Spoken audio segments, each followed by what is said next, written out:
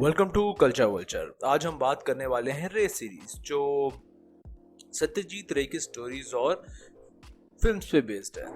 तो रे सीरीज जो है वो आई वुड से कि नेटफ्लिक्स की सीक्रेट गेम्स के बाद मुझे सबसे अच्छी प्रोडक्शन लगी जो कि इंडिया में बनी है।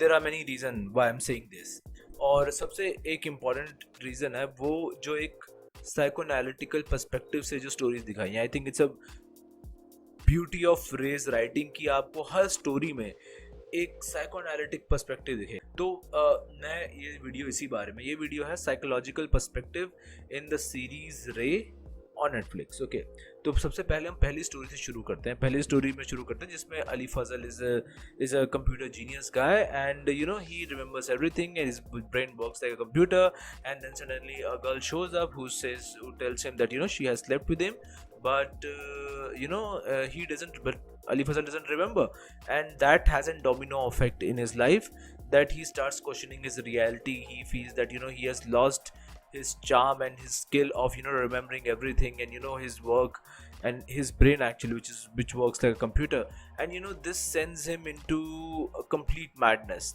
So in the end हमें बाद में पता चलता है, and I'm sorry for the spoilers, बाद में हमें पता चलता है कि actually this was all game by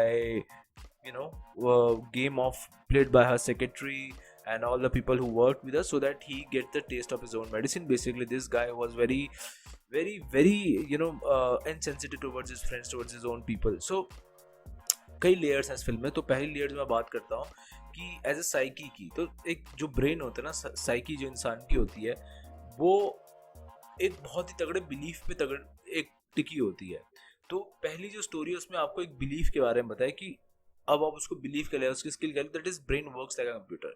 but as soon as this belief is shaken and that is by the women that that he has forgotten that he has slept with her, and then everybody around him reiterates that story that oh, he has actually slept with that girl and he doesn't remember. So that has a domino effect in life. तो basically film में दिखाया गया कि कैसे आपकी अगर एक core belief change हो जाए तो how much of a drastic effect it can have in your life, that sometimes if it is a belief that you have strongly held in your life, that all your aspects gets affected by it. So I think पहली story में एक belief का बहुत ही important point बनाया गया है, make किया गया है। और दूसरा जो इसमें एस्पेक्ट ये है जिस फिल्म में दिखाया गया है वो बेसिकली इन दी एंड दिखाया गया है कि the person who did all this things to him, they did it because he was insensitive to the people around him, and even though he was, but उसको film में शुरुआत में दिखाया गया कि he is a computer like guy, he thinks like a computer, and जब भी वो अपना टाइम भी देखते हैं, किसी मिलता भी है तो वो घड़ी देख के देखते हैं। तो बेसिकली वो इतना मैकेनाइज्ड हो चुका होता है अपनी लाइफ में भी कि वो सेंसिटिविटी को सैक्रिफाइस कर देता है। So the question, that real ethical question in the end of the film was that कि क्या हम इंडिविजुअल को उसके सिस्टम में जिसमें वो ऑपरेट करता है उससे अलग होकर देख सकते हैं क्या? And was his computer like thinking not the reason why he was so successful, and computers can only process information, they are not sensitive. So was his becoming more like a machine the reason why he became so sensitive to the people around him? So I think this is a very core ethical question that the first film asked, and the first episode of the series and I loved it for this thing. Second जो story है हंगामा बरपा है, वो एक basically same चीज़ जिसके बाद जो first story जिस बारे में बेसिकली आप देखोगे तो पूरी फिल्म जो है ना वो एक कोर चीज़ के ऊपर है, बिलीफ के ऊपर।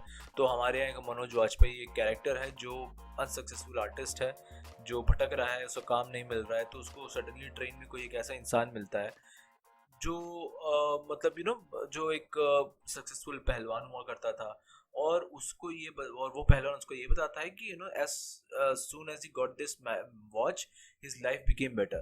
So जो हमारा मनोज वाजपेयी होता है वो सोचता है कि यार अगर मैं इसे चुरा लूं, और वो क्लिप्टोमेनियाक होता है, वो कई सारी चीज़ चुराता है, अगर मैं उसको चुरा लूं तो शायद मेरी लाइफ ही बदल जाए। वो सोचता है कि उस एलिमेंट में, उस ऑब्जेक्ट में कुछ स्पेशल है, तो वो उसे चुरा लेता है और वो फिर पोएट बन जाता है, बहुत बड़ा पोएट बन जाता है। वो जाता है किसी मौलवी की या किसी आई थिंक जो सो कॉल्ड हमारा ट्रेडिशनल कोई थेरेपिस्ट होता है उसके पास जाता है, वो उससे बोलता है कि भाई तुम्हें सारे सामान बेच देने चाहिए, तो अपना हुलिया बदलना चाहिए, and then you will be successful person, and that's what he does and he become successful. So indirectly this object that he steals has a positive effect on in his life.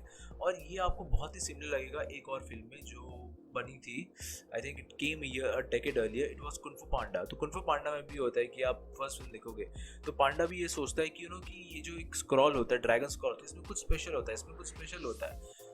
लेकिन जब जब उसको बाद में realise होता है कि actually it was nothing special in the scroll, it was special, there was something special in himself, it's just the believe that something is special, then you actually makes it special. चीज़ें special नहीं होती, हमारी belief उसमें special बना देती है। So and I think the later on when Kung Fu Panda realises कि ये मेरी बिलीफ है जो इस चीज़ को, ड्रैगन स्क्रॉल को स्पेशल बनाती है। सो सेम चीज़ आप फिल्म में देखोगे कि ये मनोज वाजपेयी बिलीव डाल देता है उस वॉच के ऊपर कि ये वॉच है और इसको पाने के बाद मेरी मेरी जो लाइफ अच्छी हो जाएगी, तो वाकई में अच्छी हो जाती है बिकॉज वो बिलीव डाल देता है उसमें। और सेम चीज़ आप देखोगे कि जो पहलवान होता है जिसकी वो चुराता है घड़ी, वो उसकी बिलीफ चली, उसका लाइफ इतना सक्सेसफुल नहीं रहता जब उससे उसकी घड़ी चुरा ली जाती है, बिकॉज वो भी बिलीव करता है कि कि जब वो वॉच उसके साथ रहेगी तो उसका लक अच्छा रहेगा। सो आई थिंक ये दोनों स्टोरीज बहुत अच्छी हैं और आपको इन दी एंड आपको दिखाया गया है कि क्लेप्टोमेनिया के बारे में, कि लोग बेसिकली अपने अंदर के खालीपन को भरने के लिए ये सब चीज़ें करते हैं और वो चीज़ें चुराते हैं। फर्स्ट दे थिंक दैट कि क्या जा रहा है, किसी का नुकसान नहीं हो रहा है, and then it becomes their habit. So इस सेंस में फिल्म बहुत अच्छी थी और बहुत ही इंपॉर्टेंट पॉइंट्स मेक करती है साइकी के बारे में। और तीसरी जो फिल्म है it was Bahrupiya. Bahrupiya is also it's about कि the mask we wear in life actually are ours है। तो बेसिकली जो चीज़ को हम परफॉर्म करते हैं, जो चीज़ हम करते हैं वो हम हो जाते हैं। तो अब आप देखोगे कि एक बंदा होता है, वो अपनी लाइफ से नाखुश होता है, he is a makeup artist. So his grandmother dies and she leaves him her skills and a lot of money, so she leaves in the skill of creating prosthetics and creating mask. So by creating mask वो क्या करता है, वो लोगों को बेवकूफ़ बनाता है, वो अपने बॉस को बेवकूफ़ बनाता है, वो एक सो कॉल्ड कोई एक वाइस फिगर के पास भी जाता है और सोचता है कि अगर मैं इसको बेवकूफ़ बना लूँगा तो फिर मैं एकदम ही वैलिडली एकदम गॉड बन जाऊँ, कि मतलब मेरे से ज़्यादा अकलमंद कोई भी नहीं होगा। But then the wise man actually sees through the illusion that he was trying to create, and वो से बोलता है कि तुम ये मास्क उतार दो वरना तुम्हारा ये मास्क है ना तुम्हारी रियलिटी बन जाएगा। So I think that the third film makes a very important point कि जो मास्क होते हैं ना वो they often become the reality itself. The mask we wear to stave off from the reality become the reality itself. जिस चीज़ की हम परफॉर्मेंस करते हैं वो हमें बनाती है, वो हमारी आइडेंटिटी क्रिएट कर देती है। सो इन दी एंड आप देखोगे कि जो वो मास्क बनाता है, एक दूसरे किलर का मास्क बना के जब वो वाइस मैन को बेवकूफ़ बनाने जाता है तो बाद में वो मास्क उतार ही नहीं पाता। सो अगेन जो थीम होती है कि the mask is the real face that becomes true. And I think जो फोर्थ स्टोरी है वो बाय फार मेरी फेवरेट है, because the fourth story is also about believe. So एक एक्टर स्ट्रगलिंग, एक एक्टर की होती है जो अपने फेम की हाइट पर होता है, बट उसे ऐसा लगता है कि वो अपना करिश्मा खोता जा रहा है, वो एक रिपीटेटिव चीज़ करते करते बोर हो जाता है। And then he sees this god woman figure जो अपने लुक के लिए बहुत जानी जाती है, जो सिर्फ जिसकी आंखें लोगों को लगता है कि वो उनको उनको बहुत ग्रेस देगी, उनको बहुत ही बेनिफिट मिलेगा उसकी एक लुक से। सो वो दोनों एक होटल में होते हैं और उसको ऐसा लगता है कि how come this god woman is given more importance than me, I am worshipped like a God in this country, and here this woman God woman who is so famous for her look कि उसको सब लोग पूज रहे हैं, मुझे कोई नहीं पूज रहा। सो एंड कि and then he finally decides okay he should go and meet the god woman, and then he meets the god woman, tells her कि यार उसके कुछ हो ही नहीं रहा है, वो अपने लुक के लिए जाना चाहता है, and then that look is gone now, so she tells him that कि अरे भाई तुम लुक के बारे में कंप्लेन कर रहे हो, I got this idea कि अपने लुक से लोगों को ग्रेस दो, सो कॉल्ड ग्रेस दो, वो मैंने तुम्ही से लिया है। सो बेसिकली वो इस फिल्म में भी आपको दिखाया जा रहा है बिलीफ के बारे में, कि because the god woman believed that her look might have some grace, something important, and they create this belief in people. So people believe that her looks have some divine value, and it's all working on belief. It's all virtual, fake, fugazi as they call it in Wolf of Wall Street, but because people believe in it, it becomes real, and that's what he learns. And she tells him कि to get your charm back, all you need to is to believe in yourself, believe in that your look has a power, and that's what he did and he become successful.